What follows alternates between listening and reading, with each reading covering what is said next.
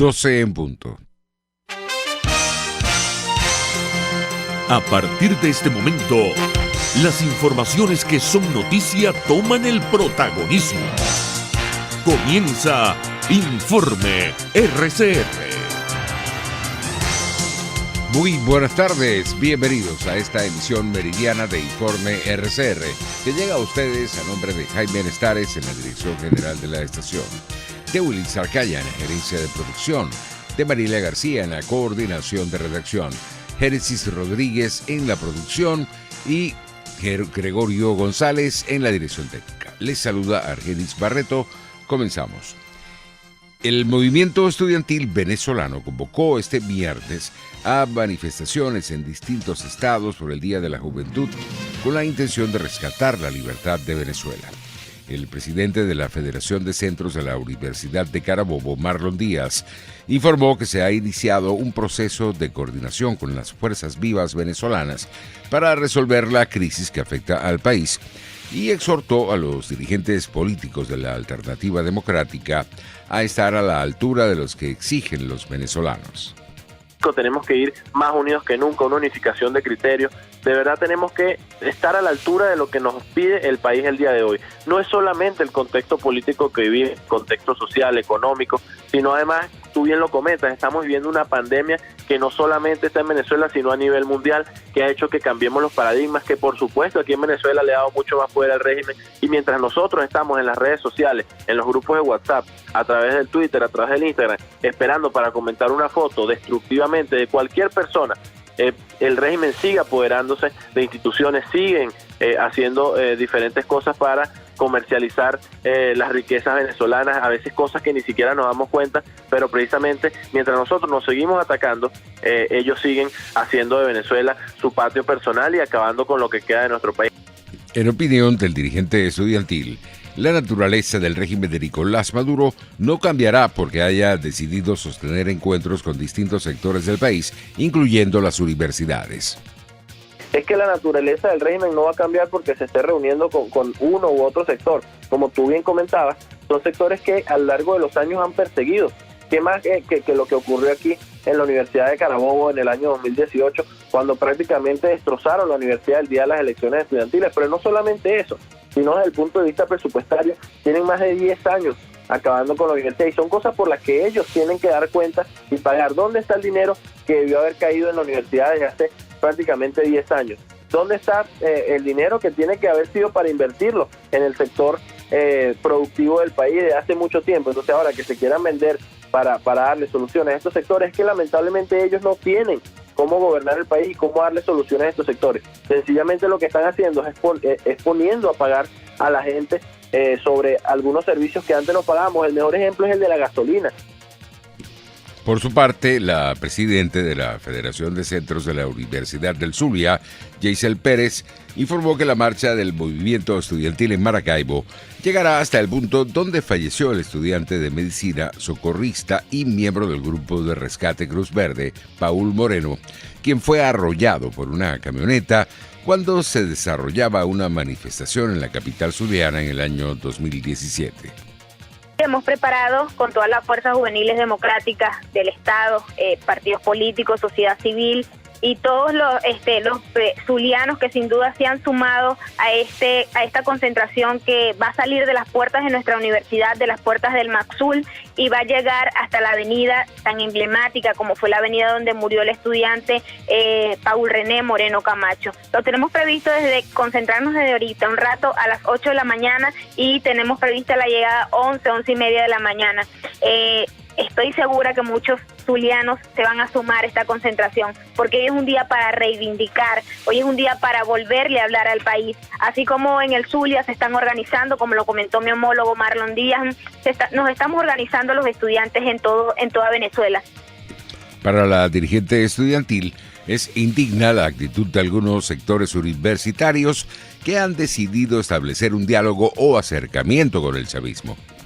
Y es que hoy pretenden hacerle a las universidades venezolanas venir a traerle una silla de ruedas después que por años fueron cortándole partes del cuerpo, y hoy que no puede caminar simplemente traen una silla de ruedas para que pueda andar. En el caso de la Universidad del Zulia nosotros sí estamos bastante claros. Fíjate que ahora quieren campusear o maquillar un poco lo que vendría siendo la universidad, creyendo ellos que cortando la maleza o echando una pinturita en la entrada van a poder arreglar los problemas de la universidad. Y es que eso puede ser un problema de forma, sin duda alguna, pero eso no es el problema de fondo. El problema de fondo es que hoy las universidades no tienen presupuesto para dotar los laboratorios, que hoy las universidades no tienen presupuesto para hacer estudios de investigación, hoy las universidades no tienen extensión, las universidades de toda Venezuela se han quedado sin laboratorios. En Caracas, el movimiento estudiantil convocó a una concentración en la Plaza Bolívar de Chacao con la participación de dirigentes políticos de la Alternativa Democrática. Por su parte, el presidente encargado y presidente de la Asamblea Nacional, Juan Guaidó, confirmó su participación en el encuentro. Escribió el mandatario interino en su cuenta en Twitter: la presión interna, purificando las luchas de todos los factores, la unión, dirección y la articulación con los aliados internacionales son determinantes para lograr la solución a la crisis. Entre tanto, el ministro para la Juventud y el Deporte del régimen, Mervin Maldonado, también anunció una movilización este 12 de febrero en el marco del Día de la Juventud que llegará al Palacio de Miraflores. El dirigente oficialista indicó que la marcha saldrá desde la sede de la Universidad Nacional Experimental de las Artes, UNEARTE, hasta la sede del Ejecutivo. En otras noticias, el presidente de la Academia Nacional de Medicina, Enrique López Loyo, celebró el acercamiento entre los distintos actores políticos del país para lograr que Venezuela acceda al Fondo Global de Vacunas COVAX para combatir la pandemia de COVID-19. Desde hace 2 semanas venimos conversando sobre esta necesidad nacional de que exista un acuerdo político para poder lograr la cobertura de vacunación para toda Venezuela, en el cual aquí vemos la Asamblea del 2015 se une a las autoridades actuales para establecer unas pautas de cooperación conjunta y lograr este mecanismo de vacunación, lo cual es lo que hemos mencionado en cada uno de nuestros boletines en las últimas semanas. La vemos con mucho optimismo y es un mecanismo que debe activarse de manera importante en el país, generando una confianza para que los venezolanos tengan una cobertura de vacunas. Hemos preconizado el uso de estos mecanismos de cooperación y además hemos puesto a la orden nuestra academia, nuestros especialistas, para que podamos juntos llevar adelante este programa.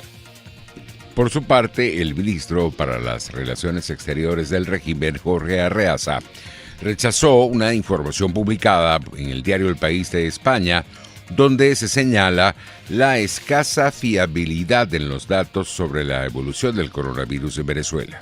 Escribió el dirigente oficialista en su cuenta en Twitter: no pueden ocultar su frustración por el control del COVID-19 en Venezuela. Digno de una antología de periodismo necrófilo, el colapso ocurrió en sus países. Tratan de sembrar dudas y reinciden en erráticos pronósticos de caos. Todo un derroche de soberbia editorial ideologizada. Pasamos al plano internacional. El candidato presidencial indígena de Ecuador, Yacu Pérez, presentó el jueves a la Fiscalía una denuncia por presunto fraude en su contra en los comicios electorales del pasado domingo, donde el escrutinio parcial lo ubica en una reñida disputa por el segundo lugar con el aspirante de la centroderecha, Guillermo Lasso. Tras una manifestación por las calles de Quito, Pérez entregó a la fiscal general del Estado, Diana Salazar, la denuncia sobre supuestas irregularidades en el sistema informático del Consejo Nacional Electoral que aparentemente lo perjudicaron. Desde el máximo ente comicial, antes de partir al Ministerio Público, el dirigente indígena pidió una auditoría forense del sistema electoral utilizado en el proceso del pasado domingo. Entonces pedimos que se haga una auditoría técnico forense electoral al paquete electoral que contienen estos documentos. Asimismo se haga una auditoría a todo el sistema informático que tiene el Consejo Nacional Electoral. Por su parte, la presidenta del Consejo Nacional Electoral de Ecuador, Diana Atamaín, se mostró partidaria de analizar una petición del presidencial indígena para el recuento voto a voto en 7 provincias. Nosotros tenemos la responsabilidad absoluta de rendirle cuentas al país que nuestro accionar sigue siendo transparente y respetuoso de la voluntad popular expresada en las urnas. Lamentablemente, esta situación se ha producido y genera dudas a la ciudadanía. El Consejo Nacional Electoral no tiene nada, absolutamente nada que ocultar. Por su parte, el gobierno de Perú anunció que vacunará contra el coronavirus a los extranjeros que vivan en su territorio, sin importar que sus documentos no estén regularizados.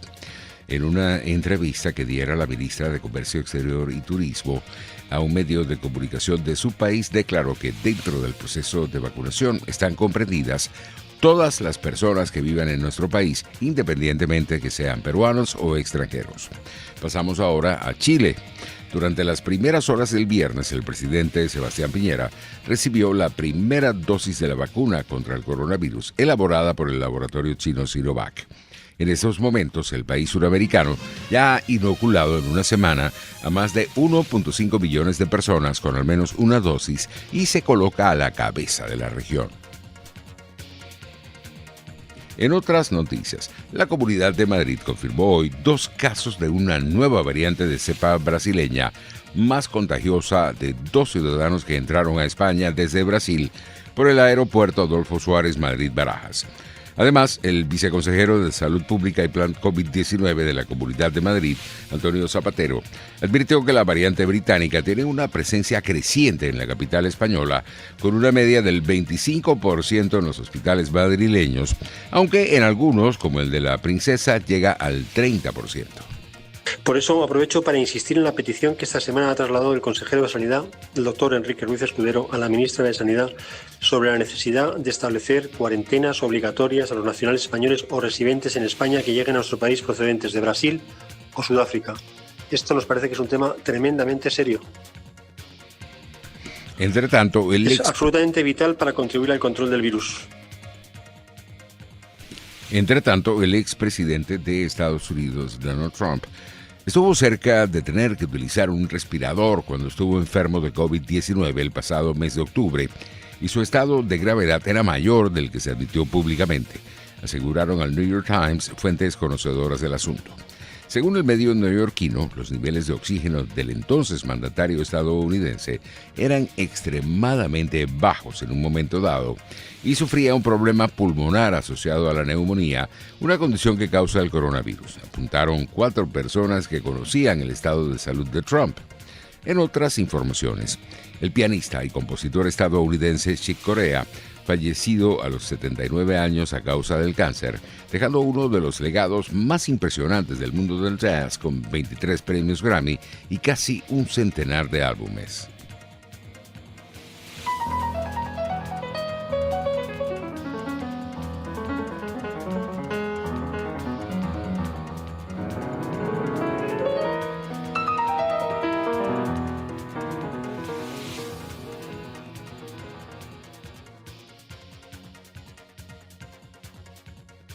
En materia económica, Venezuela cerró 2020 con una inflación acumulada de 2.959%, según cifras publicadas sorpresivamente este jueves por el Banco Central.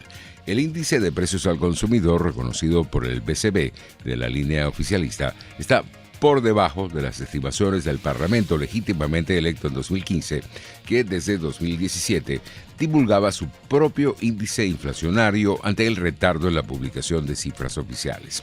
En diciembre de 2020, la Asamblea Nacional fijó el índice de enero a noviembre en 3.045%. El BCB reportó además que la variación de precios en medio de un ciclo hiperinflacionario fue de 46,6% en enero, una caída con respecto a diciembre pasado que cerró con 77,5%. Los precios internacionales del petróleo cedían terreno en horas del mediodía. El WTI de referencia en Estados Unidos se ubicaba en $58.06 el barril, mientras el Brent de referencia en Europa se cotizaba en $61.07. En el mundo deportivo, la española venezolana Garbiñe Muguruza, número 14 del mundo, siguió con su intratable estado de forma tras barrer a la kazaya Zarina Díaz por un contundente doble 6-1 y avanzar a los octavos de final del Abierto de Australia, donde ya espera a la japonesa Naomi Osaka, número 3 del ranking. Dijo que se sintió muy bien. Jugaron hace un año y fue un partido muy duro, por lo que está muy contenta de que haya sido capaz de jugar así. Comentó tras la conclusión de un partido que no alcanzó la hora de duración sobre la pista Marriott Court Arena. En otras noticias, los organizadores de los Juegos Olímpicos y Paralímpicos de Tokio 2020 anunciaron hoy la creación de un comité para garantizar la transparencia en la selección de su nuevo presidente tras la renuncia de Yoshiro Mori por la polémica generada por sus declaraciones sexistas. Así estamos llegando al final de esta emisión meridiana. Los esperamos para nuestra emisión vespertina. Hasta entonces.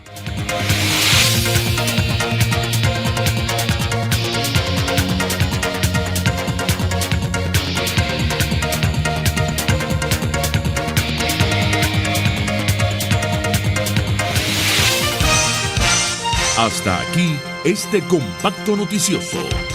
Manténgase en nuestra sintonía, porque estaremos informándole de la noticia al momento de producirse. RCR 750 AM.